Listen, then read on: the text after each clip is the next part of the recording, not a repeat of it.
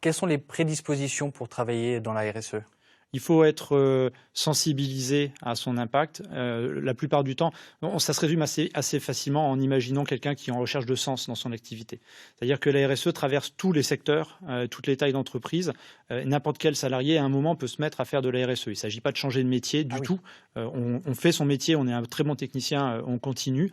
Par contre, on peut apprendre des techniques, apprendre des outils, apprendre participer à différents événements qui vont me permettre d'avoir cette activité de très très forte technicité, par exemple, avec ce petit supplément de sens qui est ce qu'on cherche aujourd'hui. Et depuis, on voit un boom de la RSE depuis un an parce que le confinement et la crise sanitaire ont donné conscience aux gens qu'il était important d'avoir du sens dans son activité. Voilà. Et la RSE donne ce cadre-là. Et ça permet de faire grandir l'entreprise, donc de toute façon. Donc c'est plutôt une bonne chose, donc c'est un métier d'avenir finalement. C'est ça qui est formidable, c'est-à-dire que jusqu'à présent, les entreprises imaginaient que faire de la RSE, c'était un coût, alors qu'en fait, il y a une étude de la Banque de France qui démontre que les entreprises qui s'engagent dans cette dimension-là sont 13% plus rentables et plus pérennes que les autres. Et donc, c'est vertueux aussi parce que, tout simplement, l'entreprise va se poser les bonnes questions sur son activité et va pouvoir rationaliser son travail.